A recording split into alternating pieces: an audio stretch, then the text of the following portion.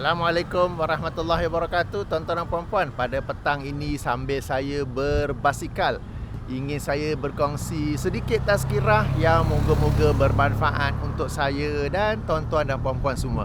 Jadi sambil saya berbasikal, saya hadapkan kamera ke arah saya berbasikal. Tak payah tengok muka saya lah ya. Dah banyak kali dah tengok muka saya dalam video-video yang lain. Okey, sekejap.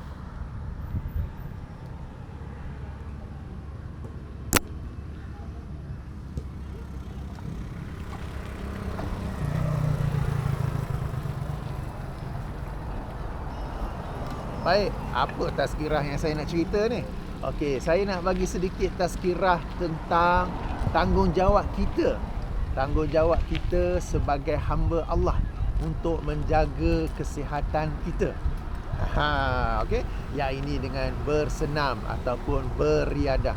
Tuan-tuan dan puan-puan, kita ini milik Allah Subhanahu Wa Taala. Tubuh badan kita ini, organ-organnya semua adalah milik Allah Subhanahu Wa Taala. Dan hendaklah kita menjaganya dengan baik. Antara cara menjaganya dengan baik ialah kita bersenam. Okey, dan bersenam ini pula mengikut kadar kemampuan masing-masing. Tidaklah dituntut untuk berlebih-lebihan, memang sakit lain pula nanti kan. Okey, jadi saya faham di kalangan tuan-tuan dan puan-puan ada yang bersenam dengan cara masing-masing. Ada yang bermain bola, ada yang berbasikal macam saya, ada yang pergi ke gym, ada yang bermain badminton, ada yang bermain tenis, ada yang berjalan. Assalamualaikum. Okey. Yang pentingnya ialah niat kita di sebalik bersenam itu. Moga-moga dengan niat itu kita mendapat pahala. Niat yang saya masukkan di sini, saya bukan suruh baca lafaz niat, bukan suruh baca usolli ataupun nawaitu, tetapi apakah niat ataupun tujuan di sebalik kita bersenam. Jika kita bersenam dengan niat ataupun tujuan untuk menjaga tubuh badan yang Allah amanahkan kepada kita ini supaya kita dalam keadaan sihat, yang dengan keadaan sihat itu kita dapat beribadah kepada Allah dengan cara yang terbaik. Yang ini sebagai contoh, kita dapat solat. Dan semua pergerakan-pergerakan solat, rukuk, sujud, duduk antara dua sujud, tasyahud akhir dapat kita laksanakan dengan baik. Okey, demikian juga apabila kita dalam kesihatan yang baik, bila datang bulan Ramadan, kita juga dapat berpuasa. Memang ada kelonggaran, memang ada rukhsah untuk orang yang sakit. Okey, tetapi beza kan antara orang yang sengaja membiarkan dirinya sakit dengan orang yang berusaha untuk menjaga kesihatan dirinya, namun Allah tetap mengujinya dengan penyakit. Dia ada dua perkara yang berbeza. Hendaklah kita jadi dalam kategori kedua, yakni orang yang berusaha menjaga kesihatan dirinya, namun Allah mengujinya dengan penyakit. Moga-moga dengan ujian tersebut menjadi penghapus kepada dosa kesalahannya. Okey, jadi tuan-tuan dan puan, bersenam bagus, tetapi pastikan ada niat, ada tujuan di sebalik bersenam itu. Ya, macam saya kata tadi, supaya kita berada dalam keadaan yang pertama, supaya tubuh badan kita dapat jaga dengan baik, sebab itu merupakan amanah daripada Allah Subhanahu Wa Taala. Kita tidak sengaja merosakkan tubuh badan ini. Kita tidak sengaja memasukkan asap ke dalam paru-paru. Sengaja masukkan asap ni, maksud saya asap rokok lah. Rokok ke, e-cigarette ke, vape ke. Yang tak sengaja tu tak boleh nak elak lah kan, asap bas ke apa kan. Okey.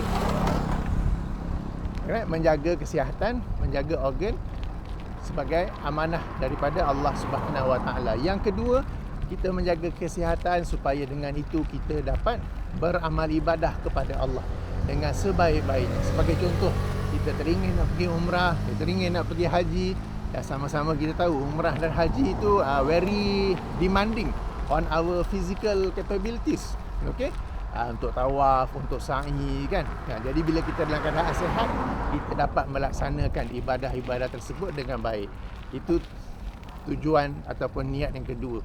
Yang ketiga pula, supaya kita dalam kesihatan yang baik, keadaan yang baik untuk kita bekerja, khasnya kepada para suami, para ayah, untuk bekerja mencari nafkah untuk ahli keluarga. Bayangkan kalau sakit suami atau ayah yang sakit. Bukan sakit yang diuji apa, tetapi sakit kerana diri sendiri yang sakit. Makan tak jaga, semua segala-galanya sumbat ke dalam mulut, akhirnya gout ataupun kolesterol tinggi ataupun macam-macam lain lah, sebab banyak makan dan banyak penyakit yang disebabkan oleh makanan. Jadi kalau tidak jaga makanan, tidak bersenam, sakit, bila sakit pula tidak dapat untuk bekerja, mencari nafkah untuk keluarga, ahli keluarga pula ataupun isteri pula yang terpaksa menjadi breadwinner kepada keluarga. Jadi perkara ini bukan saja untuk suami dan ayah, tetapi juga untuk isteri dan juga ibu, supaya masing-masing dapat melaksanakan tanggungjawab dan peranan masing-masing dalam institusi keluarga masing-masing, ya. Okey. Jadi kalau kita bersenam, kalau kita beriadah dengan tujuan-tujuan ini, dengan niat-niat ini, moga-moga ia menjadi satu amal soleh yang Allah SWT akan berikan pahala kepada kita, satu amal soleh yang insya-Allah dapat melajukan kita, mendekatkan kita ke arah syurganya, ya.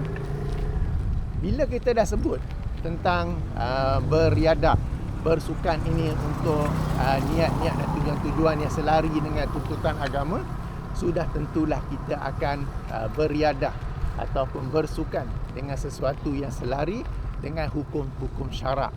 Antaranya ialah pakaian yang menutup aurat. Dan bila cakap menutup aurat ini, okey, ramai yang faham menutup aurat tu sekadar yang pakaian yang sudah, kalau lelaki, sudah menutupi lutut, dari pusat hingga ke lutut. Sebenarnya ada perkara lain yang ditutup tentang aurat, yang ini pakaian yang longgar, bukan pakaian yang ketat. Sebab pakaian yang ketat masih menampakkan bentuk badan di sebaliknya. Okey, jadi sebagai contoh di kalangan orang yang berbasikal, macam saya lah berbasikal kan. Okay, saya memang pakai yang labuh-labuh, yang longgar-longgar. Okey. Dan saya perhatikan, sayang sekali, di kalangan banyak juga muslimin dan muslimat yang berbasikal ni sukan dia bagus, tetapi mereka pakai pakaian yang ketat, yang sebenarnya ekstra ketat. Dan kemudian pula dengan position mereka berbasikal menggunakan road racer tu, mereka tundukkan seperti menayangkan buntut kepada orang-orang di belakang. Dan perkara ini sesuatu yang tak patut, baik kepada lelaki maupun kepada wanita. Jadi tuan-tuan dan puan, menutup aurat ini, sekali lagi saya ulangi, bukan sekadar batas mana pakaian itu, tetapi longgar atau ketat. Antara syarat menutup aurat ialah pakaian yang longgar. Demikian juga bila kita bicara tentang bersenam, beriadah dengan niat untuk yang saya sebut awal tadi, yang moga-moga menjadi satu amal soleh, kita juga memerhatikan waktu-waktu solat supaya tidaklah pula terlepas. Sebagai contoh, sekarang ni kejap lagi nak maghrib dah. Saya sedang berbasikal balik ke rumah supaya dapat solat maghrib on time pada waktunya. Jadi janganlah pula bersenam, tetapi bersenam itu menyebabkan kita lewat ataupun melaksanakan solat lewat daripada waktunya, atau mungkin ada yang langsung tidak solat. Okey, jadi itu perkara lain yang perlu juga diperhatikan. Okey, jadi inilah beberapa perkara yang saya nak utarakan. Moga-moga bersenam ini bukan sekadar bersenam. Bersenam ini bukan sekadar mengeluarkan peluh, menaikkan heart rate, membakar kalori, tetapi ia menjadi amal soleh kita kepada Allah Subhanahu wa taala. Baik, subhanakallahumma wa bihamdika asyhadu an la ilaha illa anta astaghfiruka wa atubu ilaika. Assalamualaikum warahmatullahi wabarakatuh.